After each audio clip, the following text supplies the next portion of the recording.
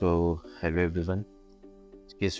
आज की इस वीडियो में अपन बात करेंगे फ्यूचर्स ट्रेडिंग के बारे में। फ्यूचर्स ट्रेडिंग क्या होती है, वो कैसे काम करती है और इसका अपन कैसे यूज़ कर सकते हैं। So let's talk about it. So futures trading derivatives का एक पार्ट होता है, एक्चुअली कॉन्ट्रैक्ट होते हैं। सो डेरिवेटिव्स में काफ़ी सारी टाइप की ट्रेडिंग होती है, जैसे ऑप्शंस ट्रेडिंग हो गई, फ्यूचर्स ट्रेडिंग हो गई, स्वैप ट्रेडिंग हो गई, forward trading.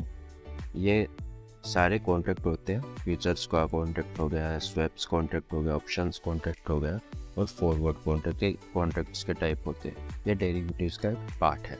So future next video में अपन बात करेंगे ऑप्शंस ट्रेडिंग के बारे में, लेकिन इस वीडियो में अपन बात करते हैं फ्यूचर्स ट्रेडिंग के बारे में। फ्यूचर्स ट्रेडिंग के बेसिक से लेकर जितना मुझसे हो सकता है इस वीडियो में वो बताने की कोशिश करता हूँ आपको फ्यूचर्स ट्रेडिंग के बारे में। So watch till the end.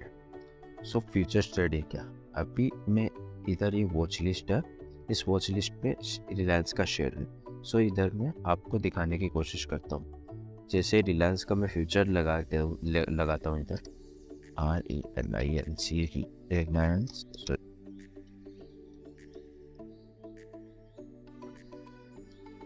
FUT। सो जैसे ही मैं रिलायंस का फ्यूचर लिखता हूँ तो 3 मंथ के कॉन्ट्रैक्ट अपने पास आ जाते हैं। रिलायंस जनवरी future, Reliance February future and Reliance March future. तो तीनों को मैं ऐड कर लेता हूँ, ठीक है। और ये आप देख सकते हो 3 कॉन्ट्रैक्ट आ गए, जनवरी, फेब्रुआरी और मार्च। अब एक चीज़ मैं बताता हूँ, जो करंट मंथ चल रहा है, कौन सा, जनवरी। तो जनवरी का जो करंट मंथ चल रहा है उसको बोलते हैं करंट मंथ का कॉन्ट्रैक्ट।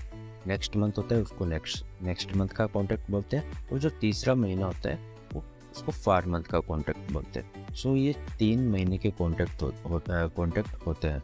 सो ये जो एक्सपायर कब होते हैं, ये कॉन्ट्रैक्ट एक्सपायर होते हैं हर मंथ के फाइनल थर्सडे को। ये कॉन्ट्रैक्ट एक्सपायर होते हैं आखिरी थर्सडे को, हर मंथ के आखिरी गुरुवार को ये कॉन्ट्रैक्ट एक्सपायर होते हैं। सो जैसे कि इस मंथ का आखिरी गुरुवार आएगा, इस मंथ का आखिरी जो गुरुवार है वो 26 को है, तो 26 को ये एक्सपायर होंगे। सो और जैसे ही ये कॉन्ट्रैक्ट एक्सपायर होता है जनवरी का, उसके बाद में नेक्स्ट मंथ स्टार्ट होता है फेब्रुआरी का। तो फेब्रुआरी का कॉन्ट्रैक्ट आता है, मार्च का रहता है, और एक और कॉन्ट्रैक्ट ऐड हो जाता है अप्रैल का। तो ऐसे ऐसे करके एक एक महीने बढ़ते जाते हैं। पहला एक कॉन्ट्रैक्ट एक्सपायर होता है, नया कॉन्ट्रैक्ट ऐड हो जाता है, एक कॉन्ट्रैक्ट एक्सपायर होता है, नया कॉन्ट्रैक्ट ऐड हो जाता है। सो ये जनवरी का फ्यूचर है, और हर मंथ के फाइनल थर्सडे को ये एक्सपायर होते हैं, ठीक है। अभी मैं बताता हूँ ये फ्यूचर्स ट्रेडिंग के एडवांटेज क्या होते हैं, क्या है, और अपन इनको यूज़ कैसे कर सकते हैं। सो जो ये प्राइस होती है, ये जो ऊपर प्राइस आ रही है, इसमें जो रिलायंस की प्राइस है, रिलायंस की प्राइस आ रही है 2471 रुपीज़, और ये ऑलमोस्ट सेम है, कुछ छोटा मोटा डिफरेंस है, बाकी कुछ ज़्यादा डिफरेंस है नहीं इनकी प्राइसेस में, ठीक है। अभी जैसे ही मैं इस पे अभी पहला इसका मैं एडवांटेज आपको बताता हूँ। क्या एडवांटेज, सबसे पहला इसका पहला एडवांटेज है, जैसे कि हाँ, मैं इस पे बाय पे क्लिक करता हूँ रिलायंस के, मुझे ओपन हो जाता है विंडो। तो इसमें अपन क्वांटिटी डाल सकते हैं, कितने शेयर्स खरीदने हैं, कितने नहीं खरीदने हैं, वगैरह वगैरह। लेकिन फ्यूचर्स में अगर मैं खरीदता हूँ तो अपन को वैसा ही चार्ट एनालाइज करना पड़ता है, बाद में उस हिसाब से अपन बाई करते हैं। तो जैसे मैं बाई पे क्लिक करता हूँ तो इधर आता है तो ऑप्शन अपने पास, इंटरडे भी अपन इसमें कर सकते हैं। दूसरा ऑप्शन होता है NRML, यानी नॉर्मल ओवरनाइट यानी एक दिन से ज़्यादा के लिए जो होता है वो ओवरनाइट होता है, ठीक है।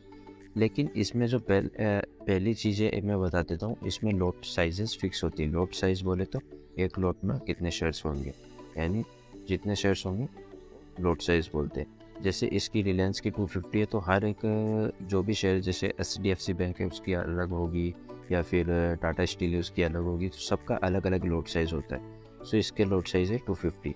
अगर अपने को इससे ज़्यादा खरीदने हैं तो अपन इसके मल्टीपल में खरीद सकते हैं, लेकिन ऐसे अपन इसको कॉन्ट्रैक्ट को कस्टमाइज करके नहीं खरीद सकते। जैसे कि ये रिलायंस का शेयर, इस पे अपन को जैसे 50 चाहिए तो 50 इधर अपन टाइप करके खरीद सकते हैं, लेकिन इसमें ऐसा नहीं है। पर 50 अपने को नहीं मिलेंगे, 50 अपने को नहीं मिलेंगे। ये लॉट साइज फिक्स रहती है, उस हिसाब से अपने को खरीदना रहता है। जैसे इसमें 250 है, 250 का मल्टीपल अपन करेंगे कितना होगा 500, तो 500 अपने को मिलेगा। और 500 प्लस 250 750, 750 प्लस 250 1000। तो इस हिसाब से अपने को मिलेगा। ये लॉट साइजेस फिक्स रहती है। अगर अपने को 250 से ज़्यादा खरीदना है तो इसके मल्टीपल में खरीदना होगा। जैसे कि इसका लॉट साइज 250 शेयर्स है, तो उस हिसाब से HDFC बैंक का मैं दिखाता हूँ, उसका डिफरेंट होगा। HDFC बैंक का एक मैंने उठा लिया और इधर मैं जैसे ही बाई पे क्लिक करता हूँ ये आ गया 550 प्लस 550। सो अलग अलग लॉट साइज होती है सबकी।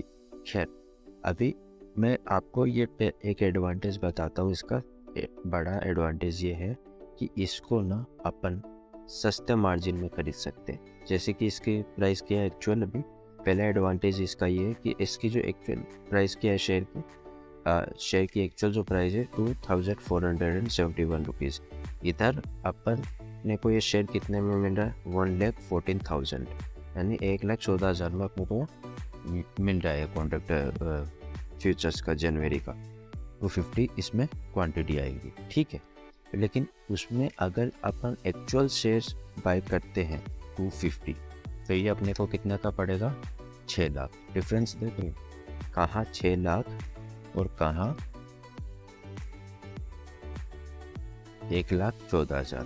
तो ये डिफरेंस देख रहे हो। इस पहला एडवांटेज इसका ये है कि सस्ते में मिल जाता है, लेकिन एक लिमिटेड टाइम पीरियड के लिए। लॉन्ग टर्म है लेकिन एक लिमिटेड टाइम पीरियड के लिए। इसका दूसरा एडवांटेज ये है कि अपन इंट्राडे ट्रेडिंग में ही सिर्फ शॉर्ट सेलिंग कर सकते हैं। वैसे अपने को अगर शॉर्ट सेलिंग करना है लॉन्ग टर्म में तो उसका कोई ऑप्शन नहीं है। जैसे कि अपन ये रिलायंस का शेयर है, इस पे अपन बाय कर सकते हैं लॉन्ग टर्म के लिए। जैसे इधर प्राइस आ गई, अभी जैसे मैं टॉगल करता हूँ इस पर सेल पे मैंने क्लिक किया, इधर 0 हो गया। मतलब अपन लॉन्ग टर्म में वैसे शॉर्ट सेल नहीं कर सकते। लेकिन फ्यूचर्स कॉन्ट्रैक्ट क्या करता है, अपने को ये अलाउ करता है कि आप लॉन्ग टर्म में शॉर्ट सेल कर सकते हो। जैसे शेयर की प्राइस अगर डाउन जाती है तो उससे अपन पैसा कमाते हैं। जैसे कि पहले अपन शेयर्स को बेच देते, उसके बाद में अपन ख़रीद लेते हैं, यानी 100 पे बेच के 80 पे ख़रीद लेते, तो उससे अपने को 20 रुपये पर शेयर प्रॉफिट होता है। उसको शॉर्ट सेल कहते हैं।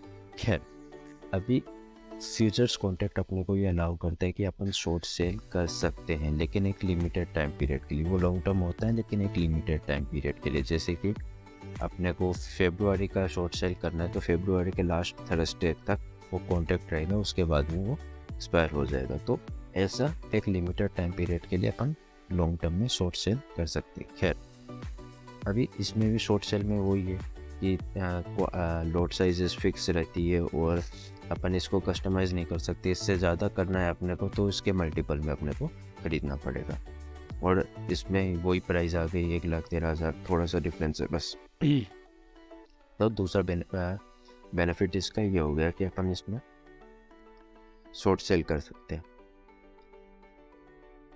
एक और इसका बड़ा बेनिफिट मैं ये बताऊँ कि अपन इसको अभी कैलकुलेट करके, मैं एग्जांपल के तौर पे मैं आपको बताता हूँ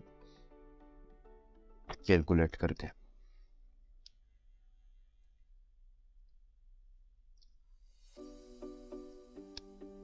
जैसे कि फॉर एग्जांपल ये 2,471 रुपीज़ का शेयर है, ठीक है। अभी ये कॉन्ट्रैक्ट कितने का है 2,485 रुपीज़। ये इसका कॉन्ट्रैक्ट का प्राइस है 2,485 रुपीज़। सो लेट्स अज्यूम अपन जनवरी का कॉन्ट्रैक्ट लेते हैं, जनवरी के कॉन्ट्रैक्ट पर बाई करते हैं। तो ये कॉन्ट्रैक्ट अपन लेते हैं।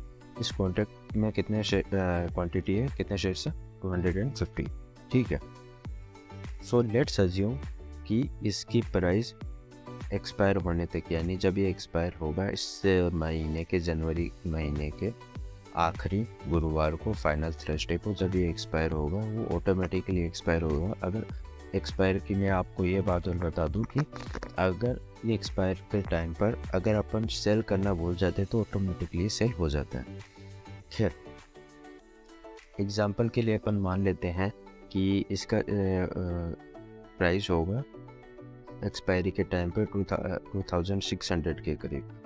तो 2000 एक बार एग्जांपल के लिए अपन मान लेते 2600 इसका प्राइस होगा, मल्टीप्लाई 2485 रुपीज़, बचा कितना 115 रुपीज़। अपने पास क्वांटिटी कितनी है 250, मल्टीप्लाई बाई 250। सो एक्सपायरी तक अपना जो प्रॉफिट होगा वो होगा 28,750। ये अपने एग्जांपल के लिए माना है। तीसरा जो बेनिफिट इसका यही है कि इसमें प्रॉफिट क्रूज अमाउंट पर होता है। खैर ये तो हो गई प्रॉफिट की बात। अब एक इसका डिसएडवांटेज क्या है? डिसएडवांटेज इसका ये है कि जितना बड़ा प्रॉफिट होगा उतना लॉस भी हो सकता है। अगर आप रिस्क मैनेज करके चलते हो, स्टॉप लॉस लगाते हो, कोई गलती नहीं करते हो और आप एकदम अच्छी तरह से एनालाइज करके मार्केट में एंटर होते हो, लालच पे नहीं जाते हो, देख के जाते हो, तो फिर आपका लॉस नहीं होगा, मुश्किल है। लेकिन ये रिस्की तब हो जाता है, इसका फीचर्स का डिसएडवांटेज तब हो जाता है जब आप रिस्क मैनेज करके नहीं चलते, स्टॉप लॉस नहीं लगाते हो, मनी मैनेजमेंट नहीं रखते हो, तब जाके हो जाता है।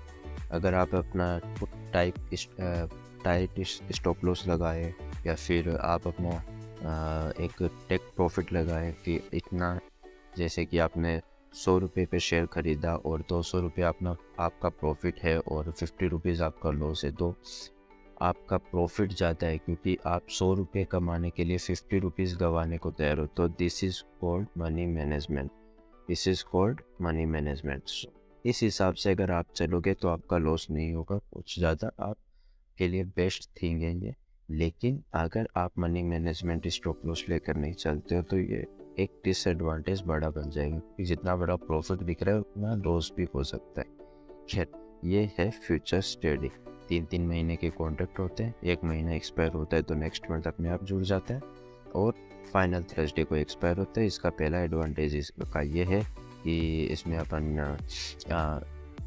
इसमें लॉट साइजेस होती है। एडवांटेज इसका पहला ये है कि इसमें अपन शॉर्ट सेल कर सकते हैं और सस्ते में शेयर्स मिल जाते हैं और अच्छा एक ये एडवांटेज है कि इसका अच्छा खासा प्रॉफिट इसमें अपन कमा सकते हैं। इस वर्ड एडवांटेज ये है कि मनी मैनेजमेंट, अगर रिस्क मैनेजमेंट, मनी मैनेजमेंट या फिर स्टॉप लॉस लेकर नहीं चलते अपन तो ये एक बड़ा रिस्क भी बन सकते हैं। प्रॉफिट जितना है ना रिस्क भी है।